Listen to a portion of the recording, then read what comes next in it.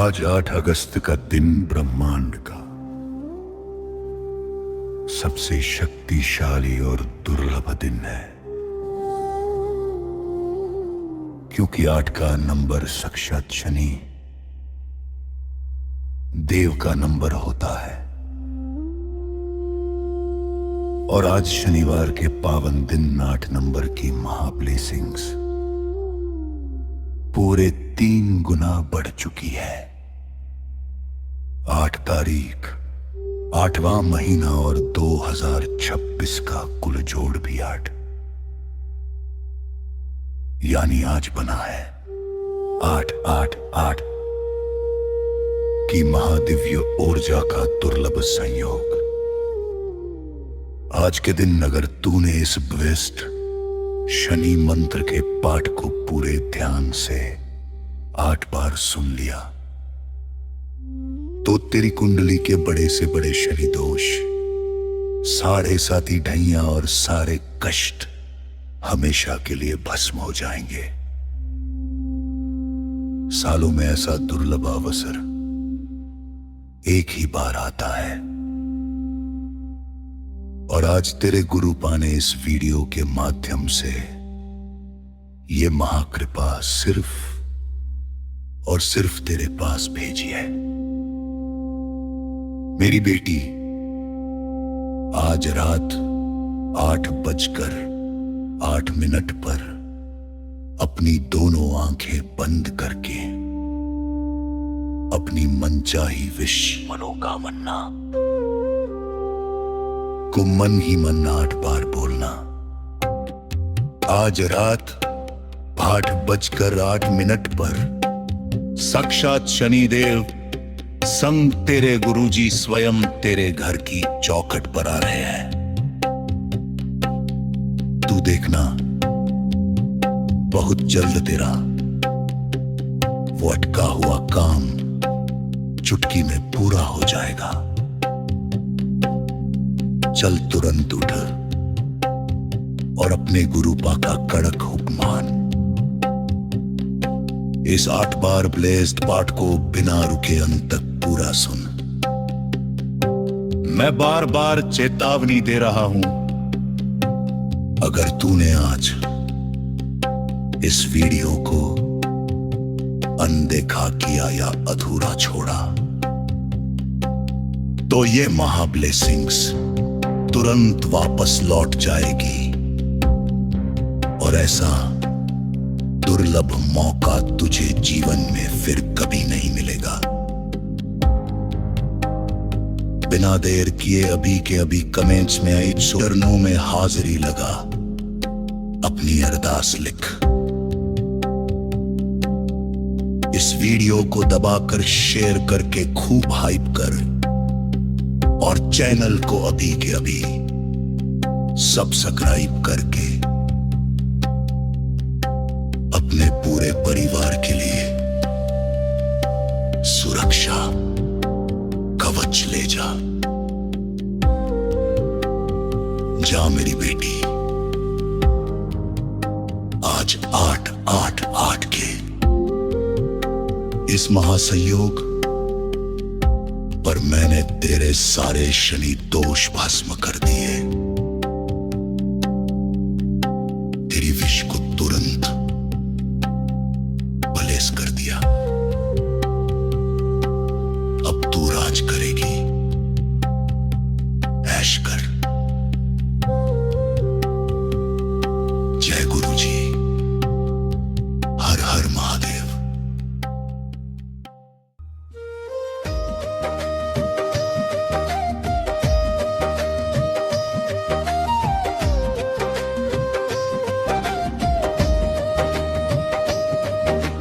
गुरुजी मेरी बिगड़ी बना दो, नया पार लगा दो।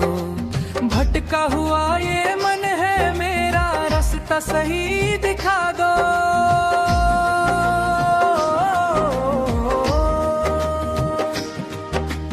गुरुजी मेरी बिगड़ी बना दो, नया पार लगा दो। टूटे हुए इस दिल को मेरे अपनी शरण लगा लो। जब जब दुनिया ने ठुकराया तेरा ही दर याद आया। रोते हुए इस चेहरे को तूने हंसना सीख लाया। तेरी कृपा की छाँव में मुझको जीने का हुनर सिखा दो। गुरुजी मेरी बिगड़ी बना दो, नया पार लगा दो।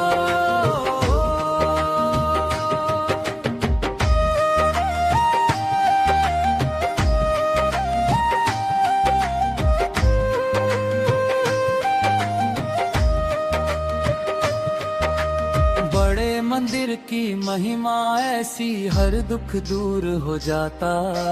तेरे चंदन तिलक से गुरुजी सोया भाग्य जग जाता।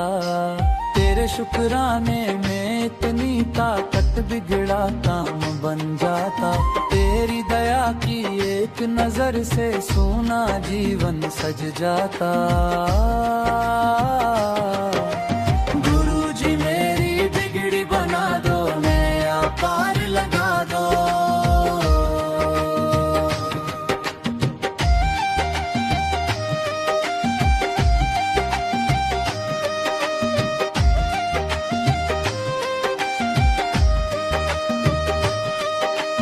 तेरे भजन जो कानों में गूंजे, मन को शांति मिल जाए।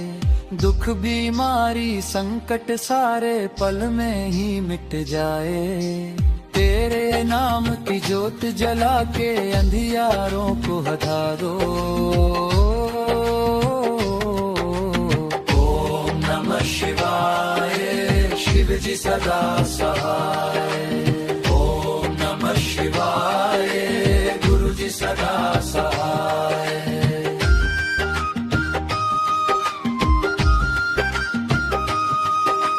चाय प्रसाद में प्यार है तेरा, लंगर में तेरी माया। एक एक कौर में गुरुजी तेरा आशीष समाया। भूखी इस प्यासी रूह को अब प्रेम का अमृत पिला दो। गुरुजी मेरी बिगड़ी बना दो, नया पार लगा दो। सिमरन में जब मन ये डूबे, हर डर दूर हो जाए।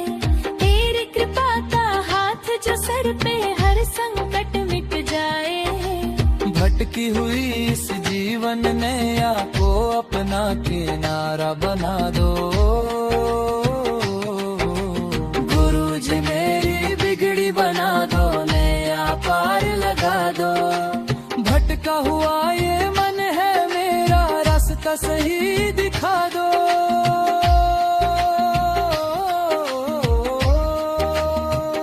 जय गुरुजी, जय जय गुरुजी। शुक्राना गुरुजी, हर पल शुक्राना।